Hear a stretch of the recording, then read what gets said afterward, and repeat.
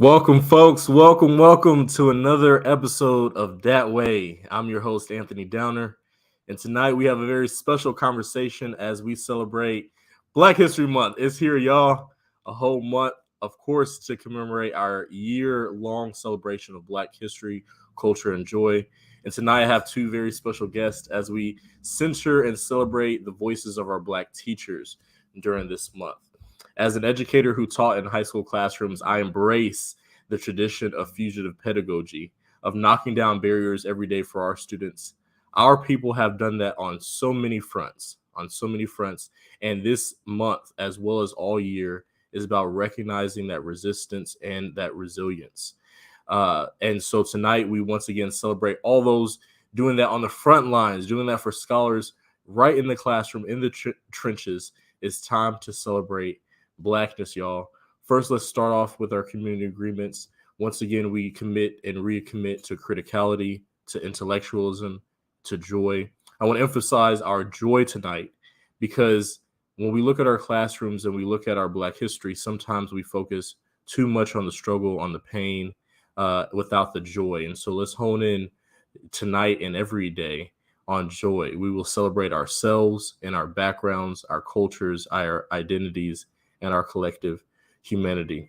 Folks, for yet another day, for another month, we have to talk about the attacks, the continued attacks and violence against Black education.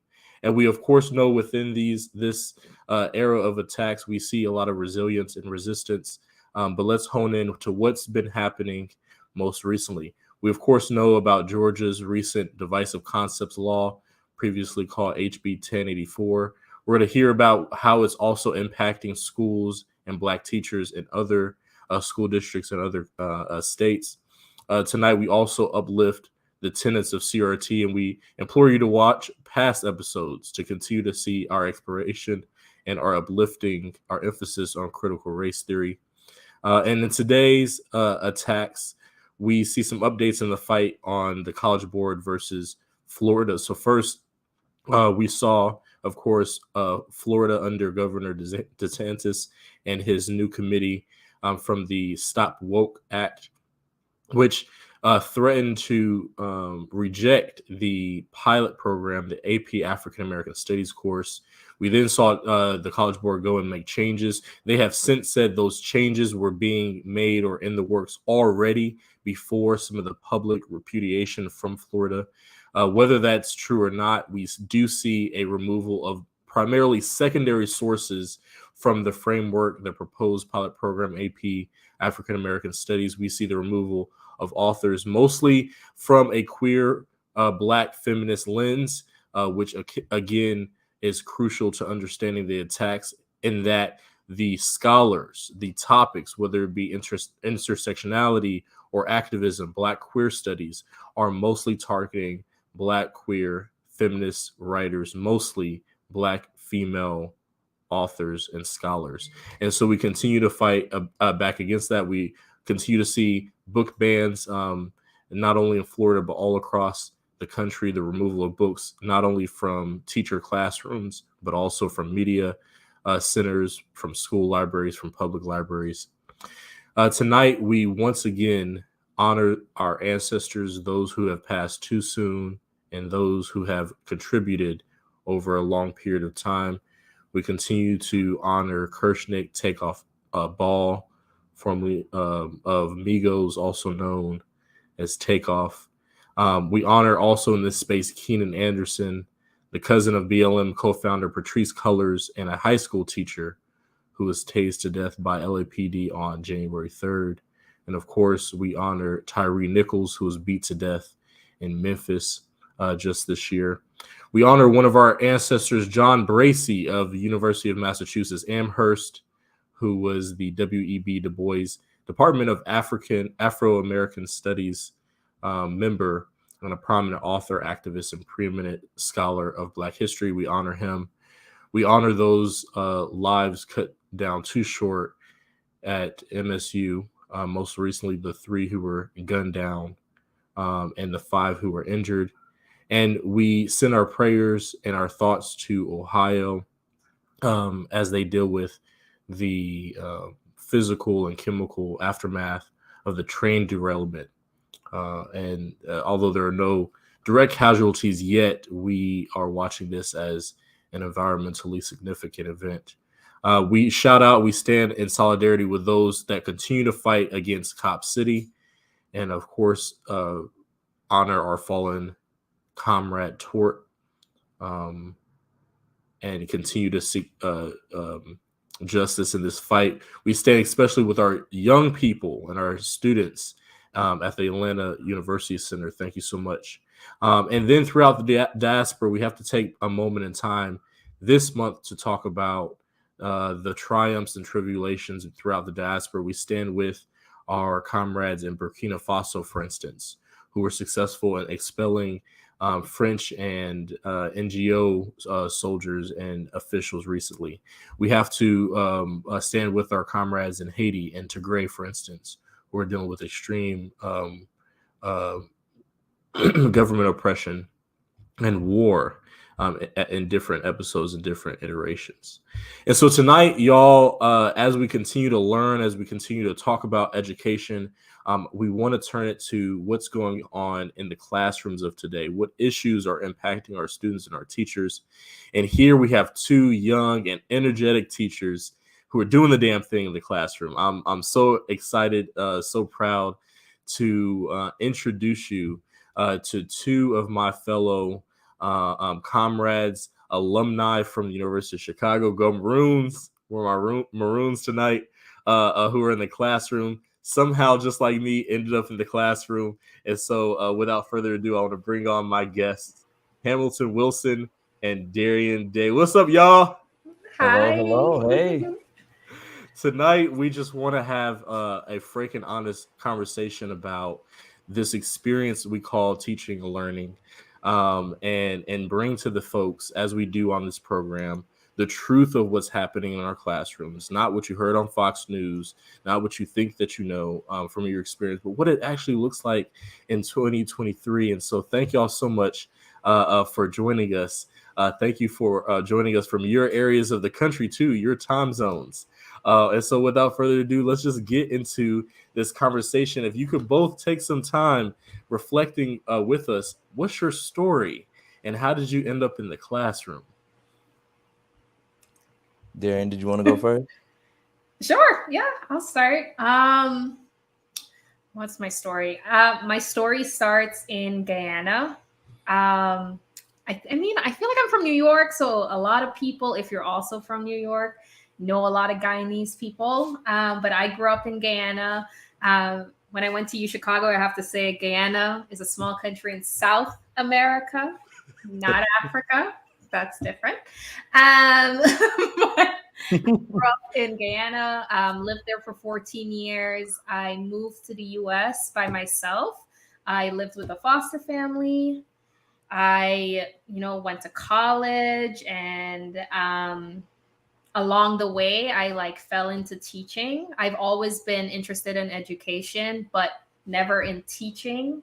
I like to say teaching found me, especially when I was trying to find what my next step after college would be. And I like looked at all of these other education programs. I was like, I'm not gonna be a teacher. Like, it's too little pay, no respect. Why would I be in that space? So I would look at research and all these other things. But the easiest application for me to fill out was the teaching application, just because it was just true to who I was. I realized I was just the most passionate about it. I had a lot of history. It's the reason why I moved to the United States. So I felt really connected to education and teaching. And then I got my master's, and now I'm back in New York. I am a teacher in Harlem. I teach first grade, the best grade. I love the little ones. I'm always going to hype up like primary education, early elementary education. And yeah, I'm super excited to be here. Nice. That's dope. Thank you so much, Darien Hamilton. What is your Hey, story? glad to be here. Uh, I just have to mention that a big part of my story, Anthony and Darien, when I got to the University of Chicago, they helped mentor me at the University of Chicago. So I'm kind of the young one of the three of us, but just got to give shout outs to y'all. Thank y'all so much for your help at the university, because y'all are a big part of my story as well. Me personally, I'm from Detroit, Michigan, not too far from Michigan State University, about an hour out. I think I didn't realize until I was about to go to college how deep education ran in my family. My mom's been an educator my entire life. Her mom was an educator. My dad's mom was on the school board for the district that I currently teach in, and I just didn't know some of that information until I had gotten a lot older. But I think, especially as I was becoming a teenager and I was becoming more socially conscious, and I started reading about, what sorts of things make a city, what sorts of struggles Black people have faced throughout history. I started paying attention to what I was seeing in the city of Detroit. And a lot of those social issues were just front and center. And so I was thinking about, okay, why does my city look like this? And how come when I go to some of my friends' places in the suburbs, they look different from, say, where I grew up? And so I think very much my story in Detroit kind of led into my decision to become an educator, where with my mom being an educator, I was like, no, like Darien was saying, I don't think that education is going to be for me, because, we don't get paid enough and it's so hard to get out of the profession, but as I got older, I found out that even though I too wanted to be in education, I wanted to be in the space where the real humanity of the profession was. And I tried being in all these different spaces. I ended up in all sorts of different internships. And I found out that, man, I have got to be in front of those kids, building relationships, reminding them that they're valuable, that they're humans, that there's a world out there that they can take advantage of. And so, at this point, I thank my history a lot for where I am now, because it feels as though the way I interact with my students is very much related to the things that I experienced at Detroit, the things that my mom, kind of raised me to do. Always give credits to Mama Wilson. But yeah, outside of teaching, I love playing video games. I love exercising, all those sorts of things. So again, glad to be here. Shout out to Anthony for having me, one of my mentors. Really glad to be a part of things. That's what's up, and I'm just thoroughly impressed. One of the through lines that I see, no matter how many of us didn't prepare to be in the classroom, you can see how incredibly important our roots are, and giving back to the communities that raised us, giving back to the people and the family members who raised us has been so important that shows up in the classroom. And so there's a lot of ways I want to go with this conversation. Let's go backwards if we can. Let's go back to you, Chicago. And let's just spend some time processing that experience. It's been wow, it's been 6 years since I graduated, which that doesn't make sense to me. For me, I wake up and I'm like, I'm still in college, right? I'm still like I'm still college age. I have Nope, the you're same almost thing. 30. You're not in college anymore. And so and then it's been, I want to say it's been just as long, maybe 5 years, 4 years since I've been back in Chicago, even on campus. So let's go back to your time at U Chicago. And we know we all were coming from different spaces, different parts of the African diaspora. You coming to campus, just tell me that experience, the culture shock that you experienced, the trials and tribulations and the triumphs. What was it like being a student at U Chicago during the time we were there? I guess I'll jump in. I think for me, the most striking example that there's a few things that are striking about when I first started at U Chicago. I was really over the moon to have made it. I was really over the moon to have achieved financial aid, which was, obviously a huge barrier given how expensive college is. But there were two things that I always think back to my first year, where when I started, my family moved with me to Chicago because we didn't want to break apart our family unit. Mhm. But because we're a family of educators, we had a hard time, moving to Chicago and then finding a place. So that first year, I was dealing with, man, my family's living in a hotel while I'm in my first year on campus. And so that was just something that was just always in the background. I think a lot of the things that I experienced while I was there, I didn't realize that, oh man, you're dealing with homesickness and you're dealing with the temporary living situation. Um, and I don't think a lot of my peers really understood the stakes, how high the stakes were for me. Um, on a slightly different note, I remember not listening to, uh, I suppose, culturally Black music. I didn't listen to my rap. I didn't listen to my R&B because I was nervous about being judged for that music. And like you say, Anthony, it was a big culture shock because I'm like, okay, you know, people have prejudices about the way that I look and the things that I listen to, and I don't want to have to engage with those right now. So how can I, you know, change myself to fit in here? And then in spring quarter, I was like, I care about myself more. I care about myself, my people, and my history way more than what these people think of me. And from that point forward, I felt a lot better being who I was at that university. Like I said, I had YouTube as mentors to help me find my way in that place. Um, but those are some of the most striking things from when I first started at the university. Yeah, yeah. Oh yeah, that's good. That's good stuff. Darren, what about you? Because U Chicago was crazy. I don't. We don't have to spend all episode on it, but there's some healing that needed to happen and needs to happen. It was crazy. It was a crazy experience. Yeah. Yeah, I agree with you. The healing part.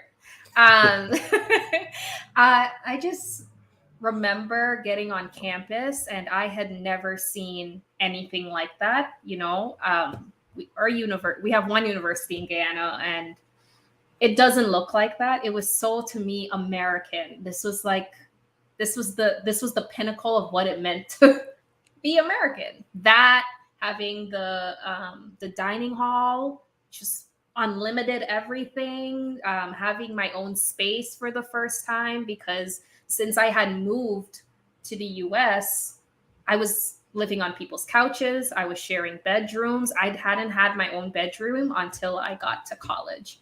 And I was staying at, shout out to Broadview, own bedroom, own bathroom. But it was just like, it felt like I had made it. I'd done everything right in my life up to this point, and now I can relax. And then I get to campus, and it wasn't exactly like that. It was still, I still had to prove myself. There were like these expectations of, who are you? What kind of Black person are you? Like, what kind of smart person are you? Like, how smart are you? There were these constant tests that I had to pass. And I just lived in a sense of anxiety. Like, I have bad testing anxiety for like regular standardized tests. And then I'm in this space that is constantly testing me, all my social interactions, even with Black people, with non-Black people. It was just, it felt like a constant test, and a test that I couldn't pass because I didn't know the answers to the test. Ooh. And so I just spent the entire 4 years trying to pass a test that I just couldn't. And it was hard, ridiculously hard. But I think I came out of it for the better. And I went back to U Chicago for grad school. I should say that. Went back to U Chicago for grad school, even after all of that. But it was at grad school at U Chicago, where it's like a smaller cohort. You're more, your professors, I think, care about you more and care about your progress as a human being. So I think I grew a lot more in that space than I did as undergrad. Right. Right. And I appreciate that emphasis on the growth, because that's what Black people do, right? We no matter what, we're going to grow and we're going to persevere. But it was a struggle, and I can relate with some key things that you all said. As the oldest of four, I was keenly aware of how much this move, being from Georgia and moving almost 800 miles away, would be on my family, on just everything. I had never lived or really left the South. And so, but this idea of this being the pinnacle, right? We're told to work twice as hard, to get half as much, to be in spaces like this, to get to U Chicago, especially through the Questbridge Scholarship, which Darien, did you get, were either of you connected as Questbridge? I was maybe Gates. The network Gates. That's right. That's right. And so to get a scholarship to go to Chicago, I also entered with this imposter syndrome. Like, damn, I'm not even supposed to be here. You know what I'm saying? Like, someone had to do something for me to get here. And knowing that you had to work so hard just to get here, but now you have to work even harder to stay here, to graduate in 4 years, to prove yourself. And frankly, if I could hone in, that was coming from two sides. Number one, I lived in Snell Hitchcock, which at the time, okay, go ahead, get your laughs out. At the time was the richest, probably the largest concentration of rich white kids on campus. I mean, I didn't know at the time. I'm thinking, oh, this is the center of campus. Oh, this is right next to the diner. Oh, yeah, I get my own dorm, and this is. But it was so. One of my first experiences, I walked in, and we were playing pool during orientation week, and here comes this Asian student. He says, oh, do you live here? Do you live in this dorm? And I said, yeah. He said, you're the first Black student in I don't know how many years. And to have that, after having not grown up around white people like that. So that's the other flip side. Is I grew up in the suburbs of Atlanta, but it was very multicultural. We didn't have a lot of white folks. And so then to go to the campus, that's what, 60-70% white folks, all this wealth, all this privilege in one space. It was incredibly shocking culturally, just all across the board. But then also having to have that shock and that kind of tension with Black folks, to kind of having to prove your Blackness, because for any number of reasons, there was this narrow definition of what it meant to be Black. And then coming from an environment where I didn't have to prove my Blackness. Yes, I was light-skinned, and yes, I talk proper, but for the most part, I was able to live my life with this kind of Blackness, coming from a family that has a lot of different kind of Blackness and communities. And so to go to U Chicago, and I still grapple with why this happens, y'all. Maybe we can come to some kind of senses or theory as to why this happens. But I believe that a lot of folks got to college and woke up to their blackness, or they got messages from white folks on what it meant to be black, and they policed that and were gatekeepers for that for other black people. I remember going to some of my first OBS meetings, Organization of Black Students, and just feeling this sense of classism and talking to other folks who had moved to the country, them talk about the xenophobia, these isms and these biases that were interrupting black spaces. And it was hard. It was hard because we were already in this very white space, and you would think sometimes by definition, just sometimes automatically, you would have that solidarity and unity. And we didn't. Y'all talk to me. What was the experience being in black spaces in a white space? I think it was really difficult in the beginning because other black students were further along on their journey than I was. Growing up in Guyana, I didn't have to think about my race at all. And then I'm thrusted into America, and then you become hyper aware of your race. I could scoot by in high school, and I come to college, and everyone else is just further along in their thinking, further along in like understanding of history. I was very behind in understanding of history.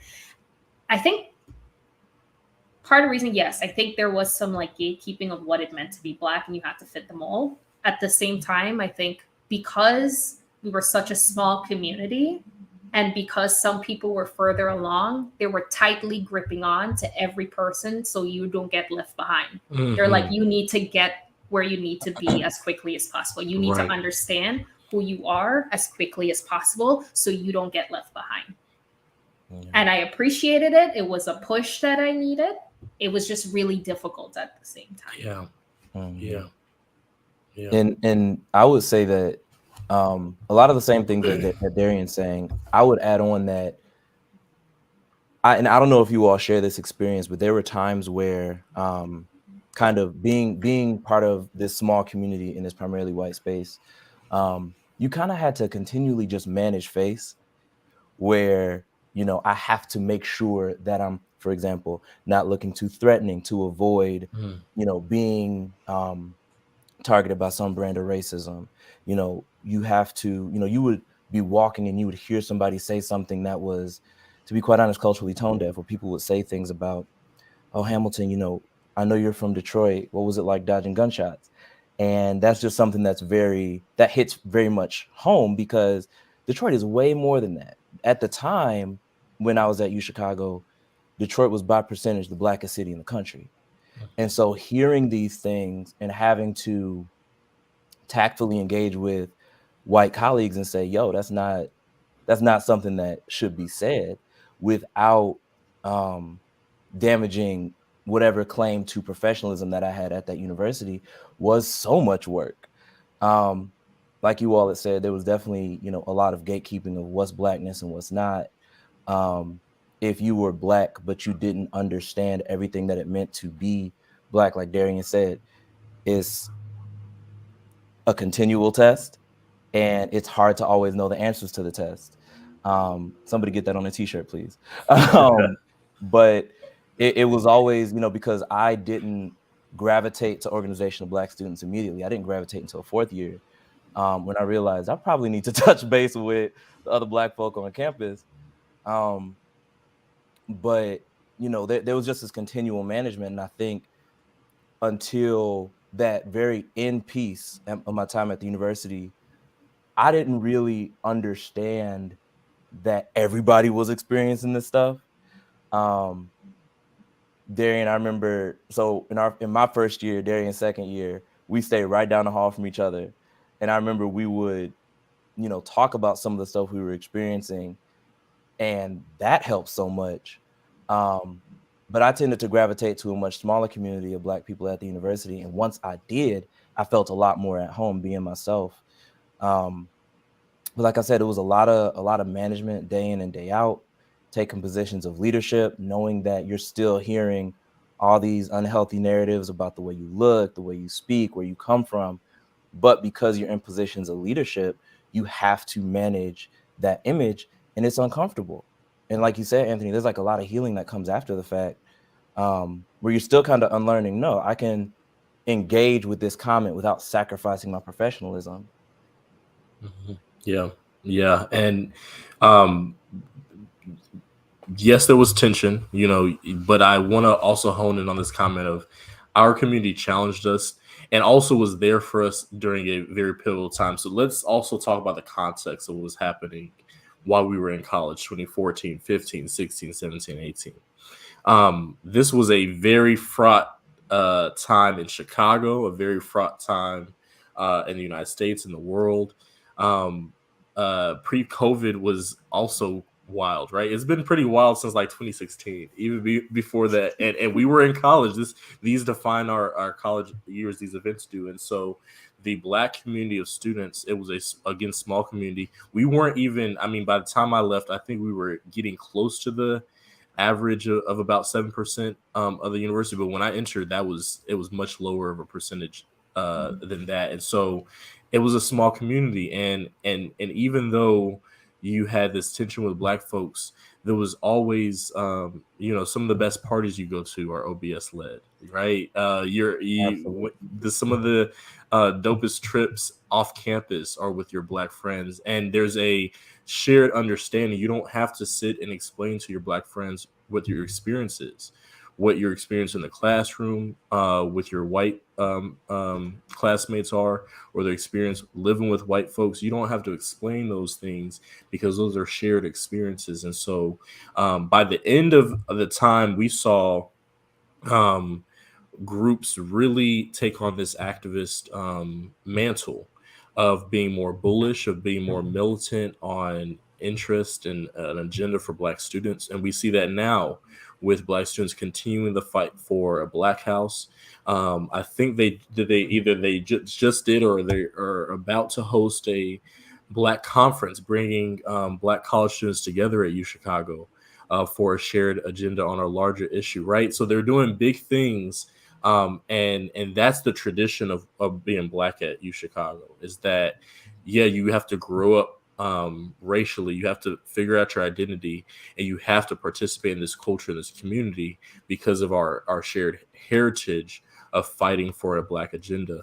And so I shout out to all the Black, really a lot of Black female students that really challenged us and showed us and modeled for us what a community looks like, what activism and leadership looks like. They took that with them outside of UChicago and have done amazing things across the diaspora. And the second thing I would say, because of the beauty of the Black community at UChicago, really the thriving African community, for instance, with events like AXA. I know y'all remember AXA's cultural shows, unmatched.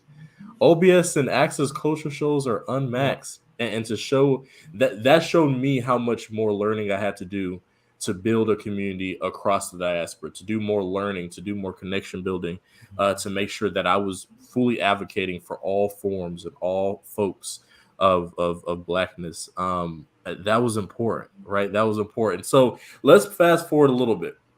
So you all graduate from UChicago. How did you decide to be a teacher? Because I don't now let's go back a little bit real quick.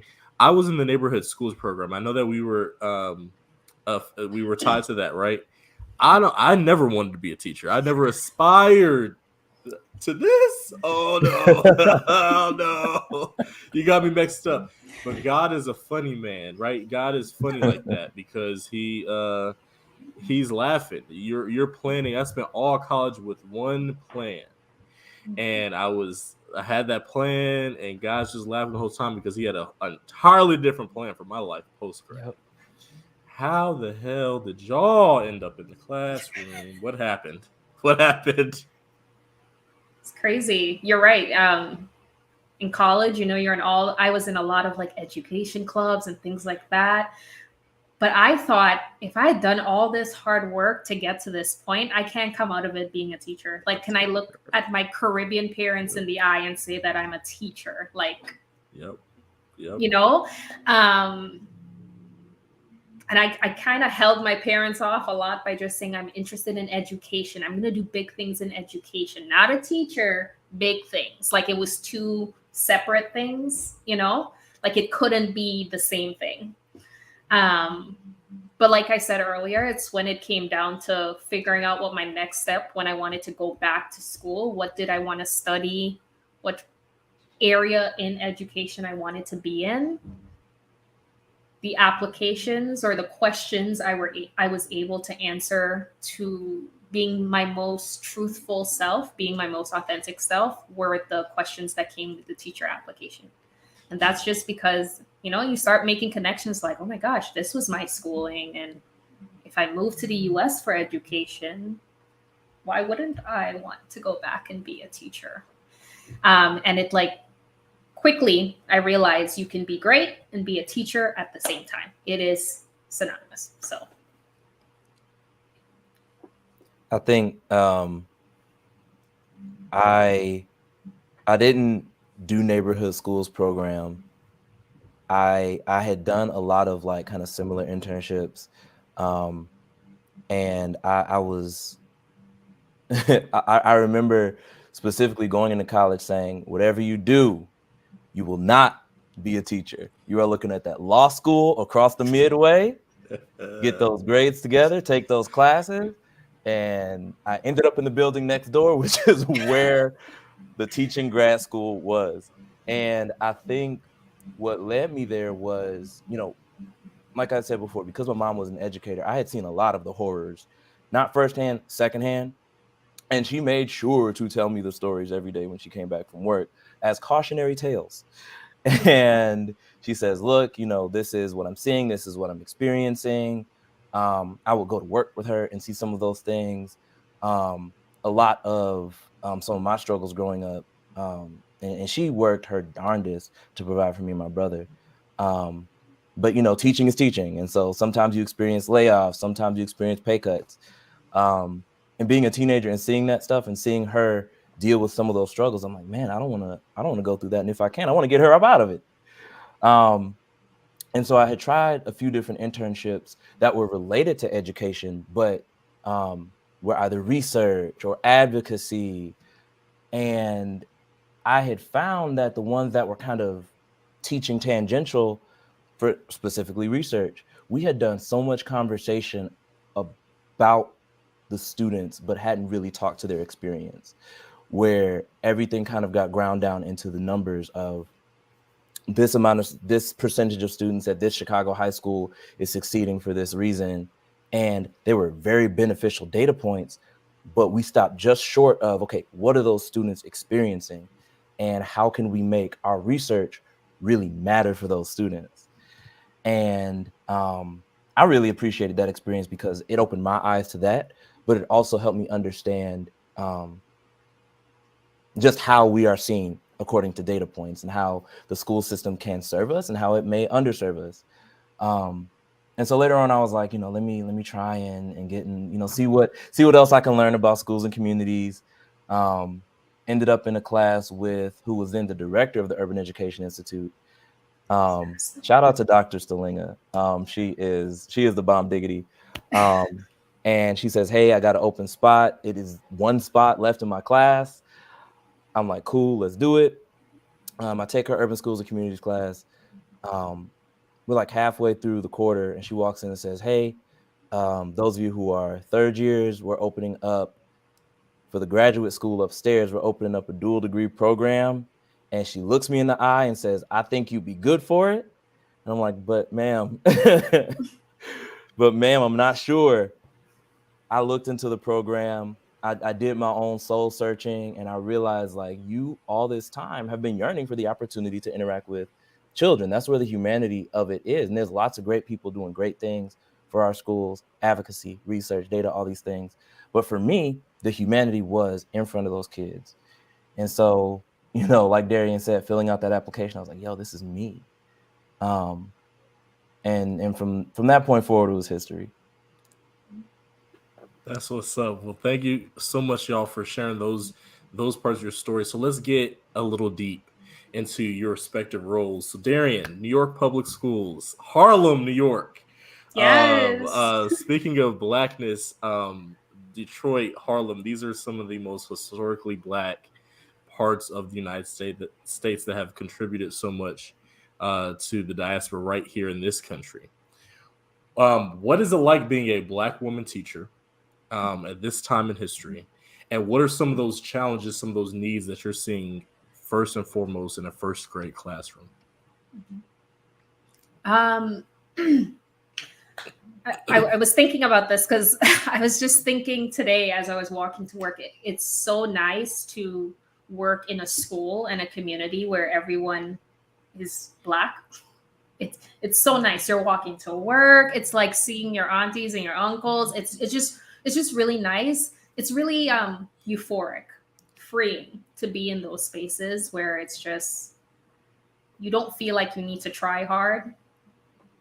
You're just there existing with other Black people. So that's like the first thing. Is just really awesome being a Black woman teacher in Harlem. Like, it's just awesome.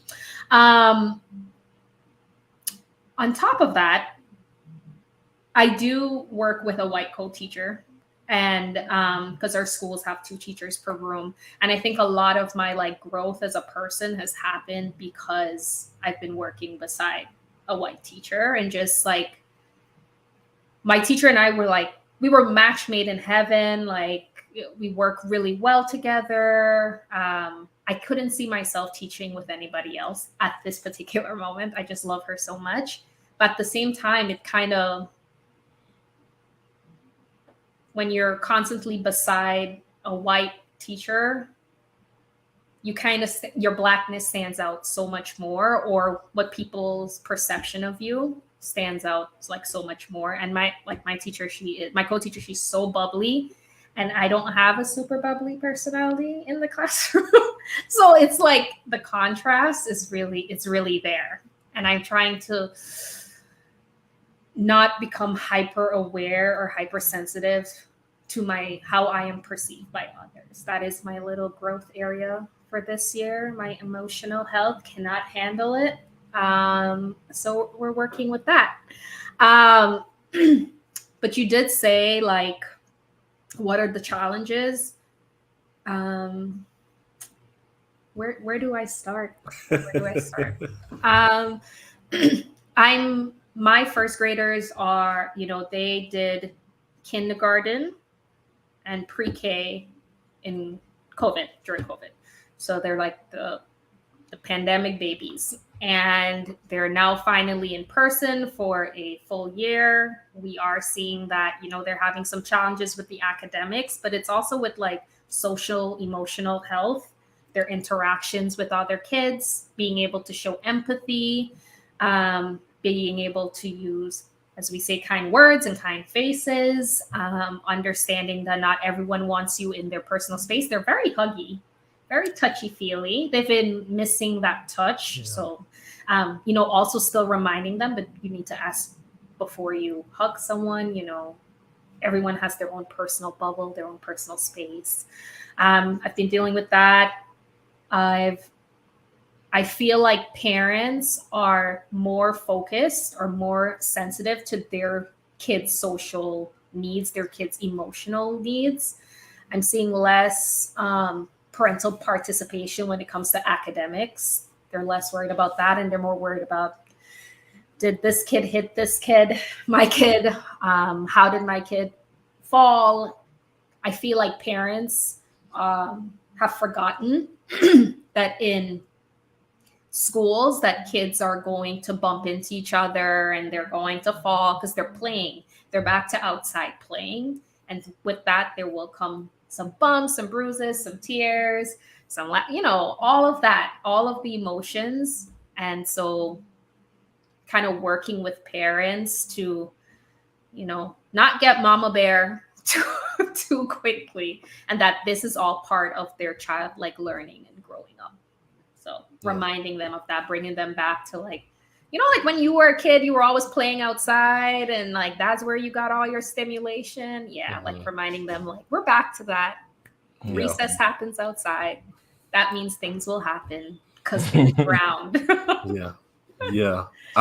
This is real. As when I first got to my most previous school, Doug, the students have been out of the building for 2 whole years. So I didn't really have ninth graders. I definitely had middle schoolers, but it was, a great time because they advocate and they communicate their needs. They definitely are upfront about what's working for them, what's not working for them, and they talked about this need to focus on the mental health, on the social emotional learning, and that's something, obviously, Hamilton, from your classroom and from your teaching, that you center as well. So talk to me a little bit about your experience engaging Black students as an academic games coach, and then with your TikToks. Well, I will say my second and a half year teaching, when I was teaching in Detroit, I was teaching in a primarily Mexican immigrant community, which was a removal from the community that I was used to being in. Before I jump into that, though, I think it's interesting what you all are saying about students were out of the classroom for 2 years straight. And so that year that we were doing hybrid learning, I had fifth graders and sixth graders, which means that I had third graders and fourth graders. And for that, just developmentally to be such a big stage to have experienced at home, when they would go out to recess, they had no idea how to play with one another. They were being a little bit too rough. They were saying things that they shouldn't.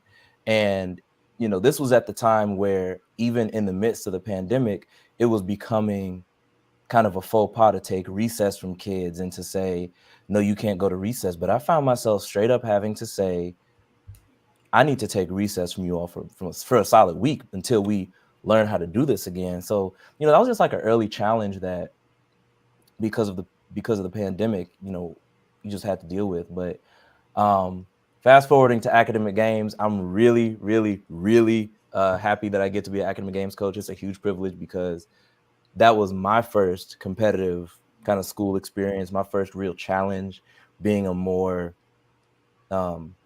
like taking my intellect outside of the classroom and competing against other people, other Black folks from the Metro Detroit area. And it was just such a big deal because I think if it weren't for that, I wouldn't have challenged myself, or I wouldn't have felt challenged in the environments that I was in. And I think now being an academic games coach and being on the steering committee for the league, and my students got state championships in my first year as a coach, that was huge. And it feels like some of the challenge that I received that eventually kind of snowballed into me being able to go to U Chicago and do it big over there. I'm then being able to provide that to younger students. So that's really cool. So yeah, you had said something about the TikToks. I was waiting for that one to come up.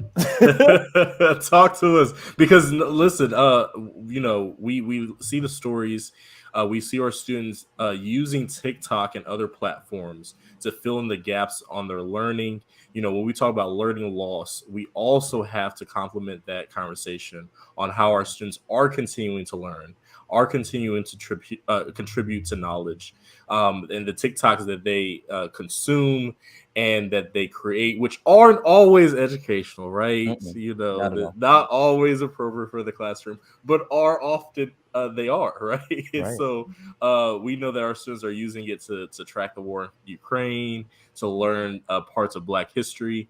What role do TikToks play in your pedagogy and instruction? I think that, kind of on the immediate level, I noticed that because I'm active on TikTok, or even before I was active on TikTok a year ago, I was kind of in tune with the trends. And so the things that the students say are the things that they do, the unfortunate noises that they make when they think no one's listening. Like, I know what you're doing. I know what you're doing, and so I can rope those things into lessons, and that kind of boosts engagement. And that's just like a cool thing, that being a part of the culture, being on TikTok and experiencing like the Black part of TikTok, and being able to bond with Black kids about that is unlike any other feeling in the world. But I have also found that, like I always tell my kids, whenever we do our little SEL digital citizenship lessons, at some point in the year, I always say, first sentence, internet is not for kids. You're going to come across something that, well, it's not for kids without supervision. You're going to come across something that you need support to understand. You may need a little bit more development, a little bit more maturity to piece together what you're seeing. It may make you feel some type of way, you don't know why. You need supervision. But I do have to hand it to I call it tic tac in front of the kids to make them mad.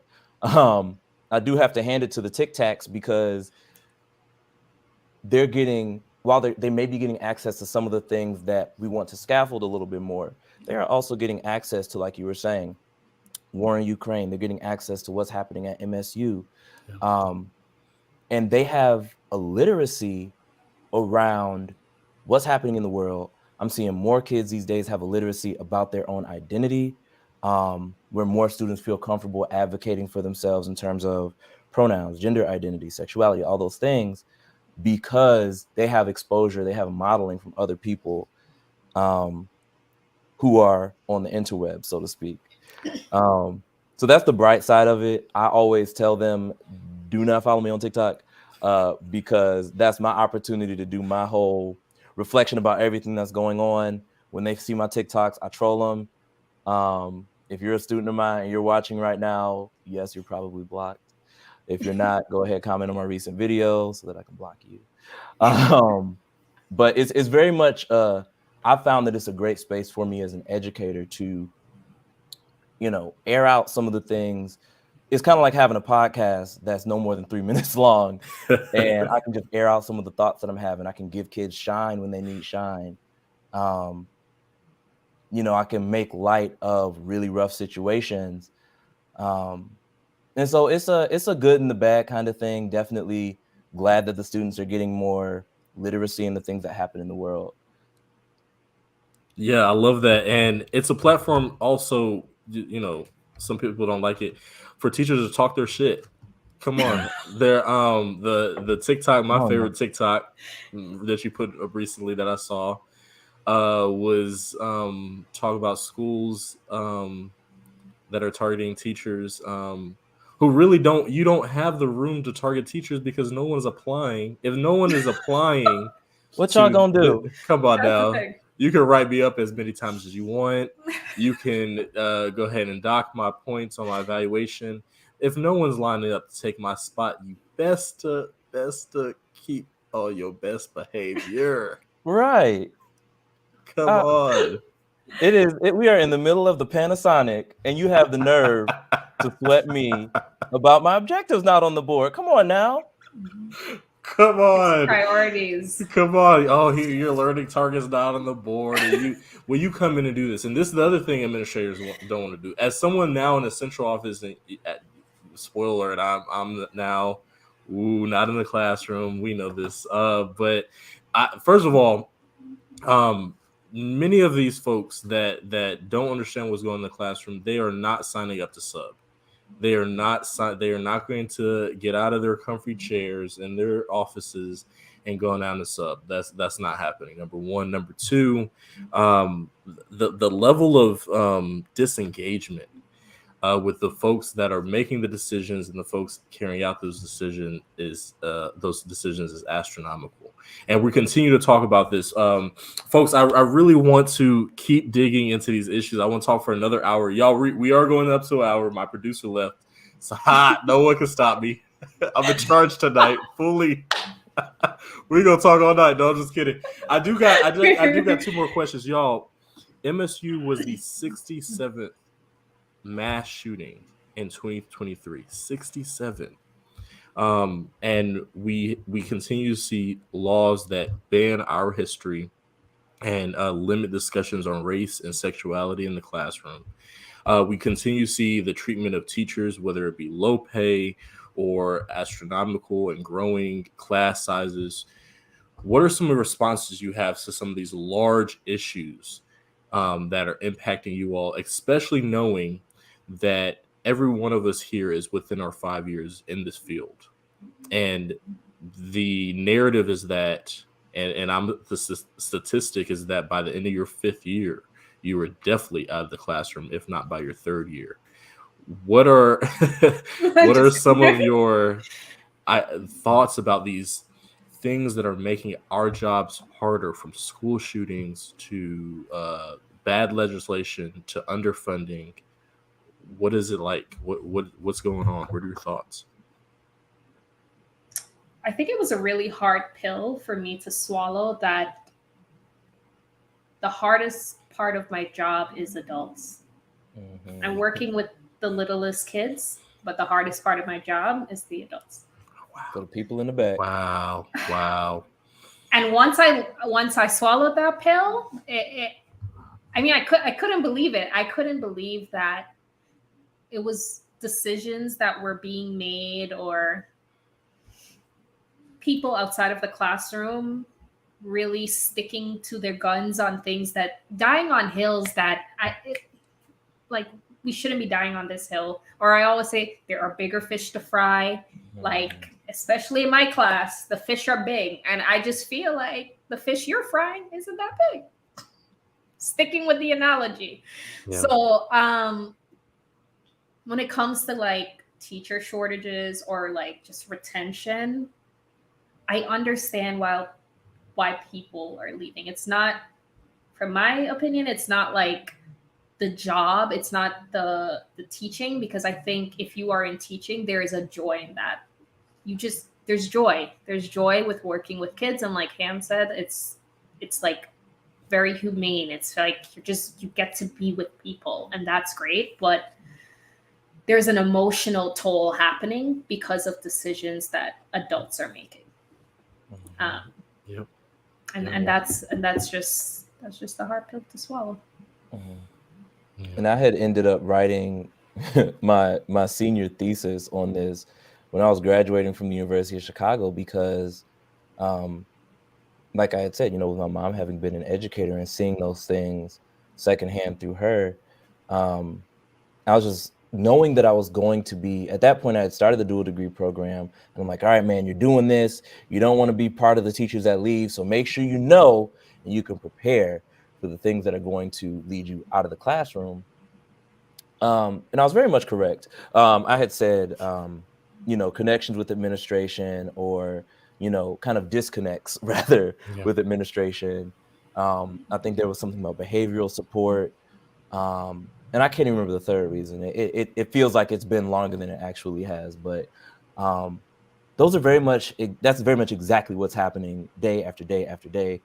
I think now I'm blessed to be in a building where the administrators are very much in touch with those issues. They do everything they can to support us.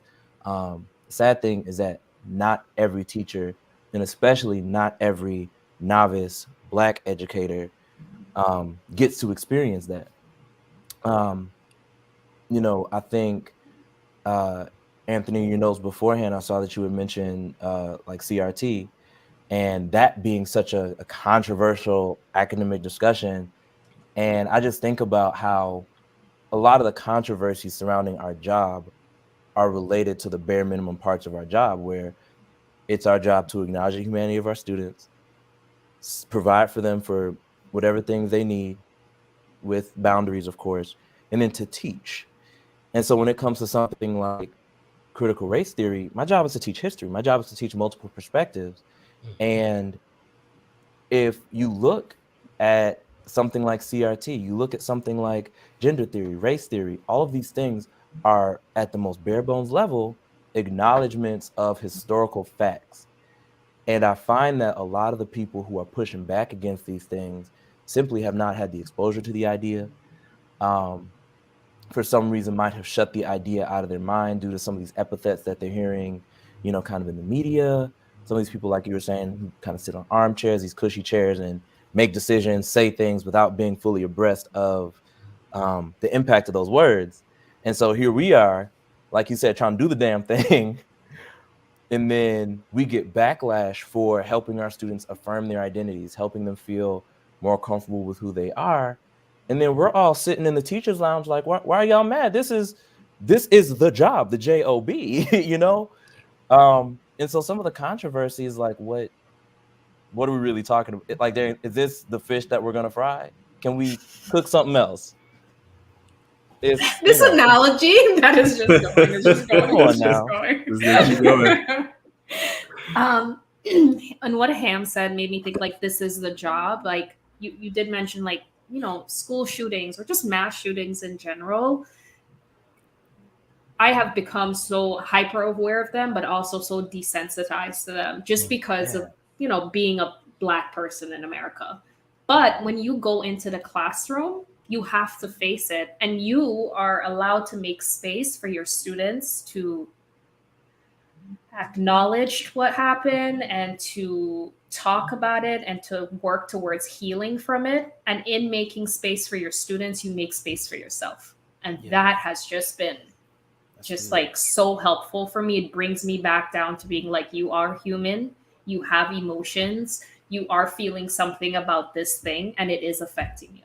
So just like through teaching, you like learn so much about yourself, and you're doing the work through the teaching for yourself.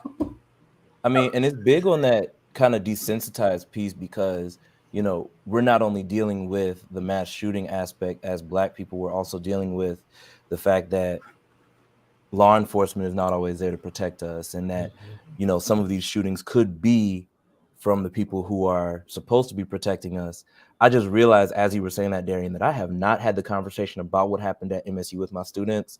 So we are probably going to have that conversation tomorrow just to air out some of those emotions, especially because where I'm sitting right now is maybe 45 minutes to maybe hour and a half away from Michigan State University. A lot of my kids have siblings, cousins, parents who went to school there. A lot of my high school friends went to school there. One of my colleagues, her son just started last month, and she wasn't there, I think, yesterday morning because she had to drive up and get her baby. And, you know, in previous school environments that I've been in, there's been so much pressure to steamroll through the curriculum. You know, use the lesson as a script, and when it says you're here on this day, you're there on that day. And it hurts. It frustrates you because you see these people in front of you. You see these humans who are not test scores or not grades. They need the space to talk about it, and if they don't, we see some of those quote unquote maladaptive behaviors later on where, like myself, as the teacher, they're going through something and haven't fully processed it. They see not all the adults around them are processing it. Why isn't my teacher talking about it? Should I not be talking about it? And so then they, you know, we just have to have those conversations. And until you work with kids and you see some of the ways that their emotions will just come out, like 1 minute you're talking about adding and subtracting, and the next minute 5 kids are crying, and you're not sure why. They're not sure why, but it's just so much going on. It's more than just, you know, what the armchairs say we should be doing. It takes a lot of humanity. It takes a lot of humility, and just acknowledging that, yeah, I do need to be emotionally present more than academically and intellectually present for my kids, and that has to be okay in order for our students to achieve what it is that we envision for them to achieve. One thing has been incredibly clear to me this whole conversation, and that's your deep love for your students. And so I want to thank you so much for using that as your guiding light and your North Star.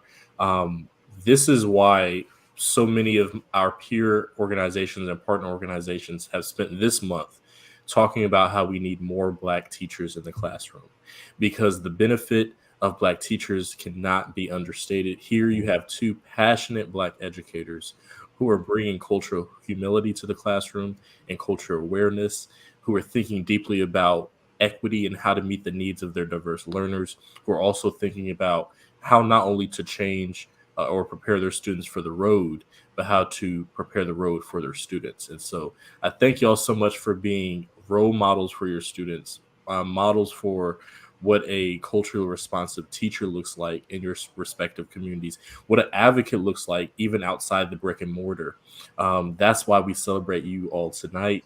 That's why I'm going to continue to partner with you all and keep in contact as comrades, as alumni of this place we call UChicago. I'll be back in Chicago next month, matter of fact, to attend the conference and maybe make a trip back to campus. But thank you both so much for your contributions tonight. Y'all give them a hand. Virtual hand clap. Hand clap. Hand clap. Man, thank you so much for having us. Thank you. We're coming to the end of our conversation. Thank you, Darien, and thank you, Hamilton, so much for being here with us tonight. Y'all, we're going to try to close this up really briefly, but I want to just take a moment to thank those folks, because wow, just so much, so much. I want to thank my educational entities and my family members here. JT, thank you so much as the producer. I want to shout out my family at Georgia Educators for Equity and Justice on this theme of continuing to celebrate Black educators and Black students. We want to close out a few things. First of all, I forgot to give you my song of the day. First of all, I got to congratulate Kendrick on a great a great series of awards recently at the Grammys. Our song won the Heart Five Part 5 from last month's episode, and then this song has been just on my playlist just constantly. Kendrick's I. I really like this a song because it is a powerful one of those get up, feel good Prince kind of feels, and so I want to shout out King Kendrick. And I forgot to ask our guests, but you all know that as Black teachers, music is centerpiece. I forgot to ask them how they feel about Rihanna's performance, a comeback. Come on, talking about music and joy on the world stage. Really, Darien, look at Darien smiling about. I wasn't gonna do it. I wasn't gonna put on work, and I wasn't gonna do it. I was not gonna do it tonight. All right, y'all. So close it out. You know that we have our call to action, our North Star, the people's agenda. Folks, we traditionally give you a call to action at the very end to get you up out of your seat, on your feet, and active in your communities. And here is our call to action all across the diaspora this month. In honor of Black History Month, we must continue the resistance of our ancestors. We must resist white supremacist attacks on Black schools, students, and scholarship. We must teach the truth, get into good trouble, and demand Black power now. And that can't mean that we continue to wait on white institutions and our white government to give us what we deserve and have fought for. What that also means is that we invest in and build for ourselves just as we have in the past. That means that our grassroots organizations, our institutions, our collectives, not just white institutions and white grass tops organizations, must build after school programs, community centers, freedom schools, learning pods, library, you name it, Black and radical spaces for free learning, where they cannot dictate what we read, what we say, what we teach, what we discuss. We need these in Gwinnett, and DeKalb, and Harlem, and Detroit, and Chicago, LA, and all across the African diaspora. I do want to give some legislative updates. There are a few bills that in Georgia have begun to trickle down that were dropped recently that we're fighting against. Please continue to call and email all your electeds, governor, lieutenant governor, all members of the state house and the state senate. You can also check their website to see upcoming hearings. For instance, there was one today. And so we're going to continue to speak out on the following bills. HB 147, which is a gang ID training bill for teachers, essentially an effort to racially profile students suspected of gang activity. We have SB 88, which is another Don't Say Gay bill, which would limit the discussion of sexuality and gender in the classroom. SB 140 and 141, which would ban trans-affirming surgery in healthcare, and SB 147, which would allow students and families with more resources to leave school districts, also called the White Flight Bill. These 4 or 5 bills, rather, are some of the most dangerous so far that have been dropped, that have impact on Black schools and Black students, and we're calling them out. We also want to rewind to Black Lives Matter at School's Week of Action. Check out their Instagram and their website to see all the things going on. Folks, I'm so glad, I'm so happy to announce that for the second year in a row, I have been named an Abolitionist Teaching Network grant recipient. So excited to continue to be a part of this collective and this family. Shout out to Bettina Love, to Sarah, and to all the ATN family down here in the South doing the damn thing. And their funding is why we continue to bring the stories and the calls to actions from this here platform. Thank you for recognizing our show and our DayWay family. And then one more thing I want to share with you all. This has been in the works for a little bit, so I'm excited to share tonight that next Monday, my first academic piece will be published. I contributed a chapter in an anthology and worked as an educational partner on a book called Power of Our Stories Won't Stop, which is an intergenerational dialogue about things that we didn't learn in the classroom. There's, for instance, a really cool chapter between a mom and a son who are both teachers about what they wish they had learned. But this really comes from, I have to shout out Helena Moon at KSU and the conversations she's having with her college students about what they wish they had learned. My chapter is full of family history, lessons and ideas from the classroom. Excited to lift up so much Blackness. Can't Stop, Won't Stop. That's my chapter's name. So watch out for that. That's going to be on Amazon. You can pre-order it by Kindle or I think paperback now, but it'll be published next Monday. Mama, we made it. They gave me a book. I ain't stopping now. All right, y'all, let's get out of here. We will be back next month on Wednesday, March 15th. I kind of want to do this 22nd because March is a long month. But anyway, we'll be centering and celebrating Women's History Month, which, as you know, on this platform is another opportunity for us to celebrate some Black women. Y'all, you've been amazing today and all month long. Happy Black History Month. Ashe, ashe, ashe. Keep the fight going. Peace, love, and blessings. We'll see you next time.